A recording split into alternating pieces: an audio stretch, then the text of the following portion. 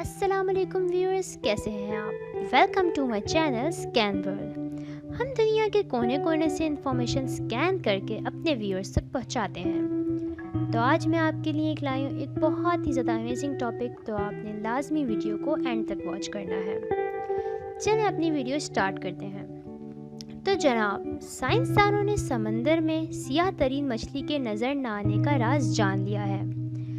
گہرے سمندروں کی پراسرار دنیا، ان گہرائیوں میں پائی جانے والی سیاہ مچھلی کس طرح اس قدر کالے رنگ کی ہے؟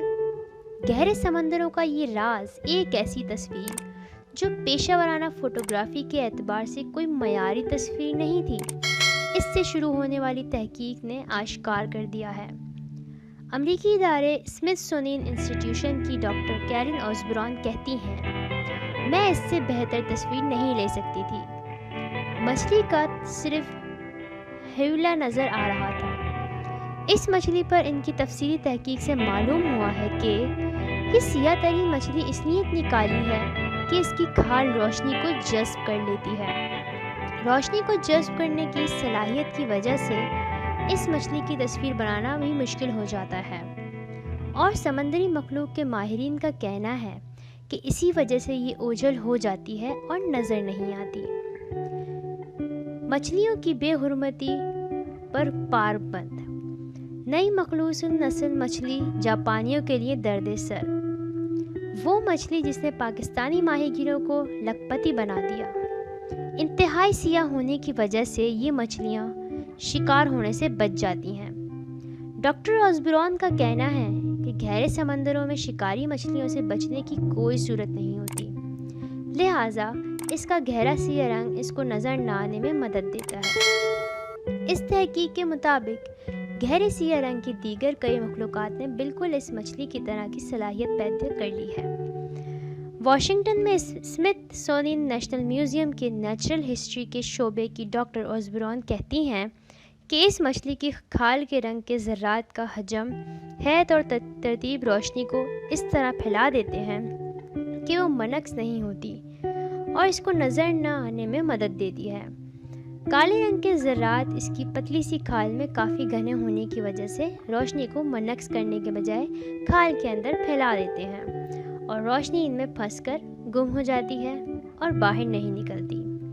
اس مچھلی کے گہرے سمندروں میں اچھی اور معیاری تصویر بنانے میں ناکامی نے ڈاکٹر اوزبورن کو اس بات پر مجبور کر دیا ہے کہ اس پر اپنے ساتھیوں سمیت مزید تحقیق کریں اور اس کو مائکروسکوپ کے ذریعے دیکھا جائے۔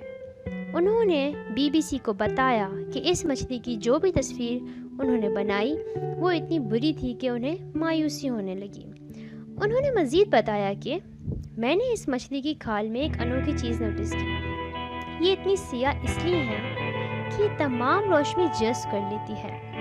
تحقیق کاروں کا کہنا ہے کہ اس مچھلی کے روشنی جذب کرنے کے لیے بہترین صلاحیت کا اظہار گہرائیوں میں نظر آتا ہے، جہاں گپ اندھیرا ہوتا ہے اور شکاری مچھلیوں سمیت دوسری مچھلیاں بھی ہوتی ہیں۔ سب مچھلیاں مل کر وہاں خود اپنی روشنی پیدا کرتی ہیں۔ ڈاکٹر اوزبورن کہتی ہیں، آپ کو پتہ نہیں چلتا کہ یہ روشنی کہاں سے آ رہی ہے۔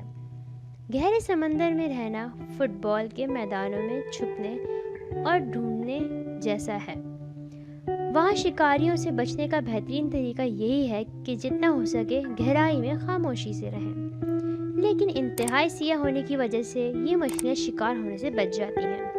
گہرے سمندروں میں 200 زیادہ میٹر کی گہرائی میں پائی جانے والی اس مچھلی کی معیاری تصویر بنانے کی کوششیں آخر کار پار ثابت ہوئیں۔ ڈاکٹر اوزبورن نے بتایا کہ اس کے لیے خصوصی لائٹ اور فوٹوشاپ کی ضرورت پڑی۔ تو یہ تھی کچھ انفارمیشن اس کالی مچھلی کے بارے میں۔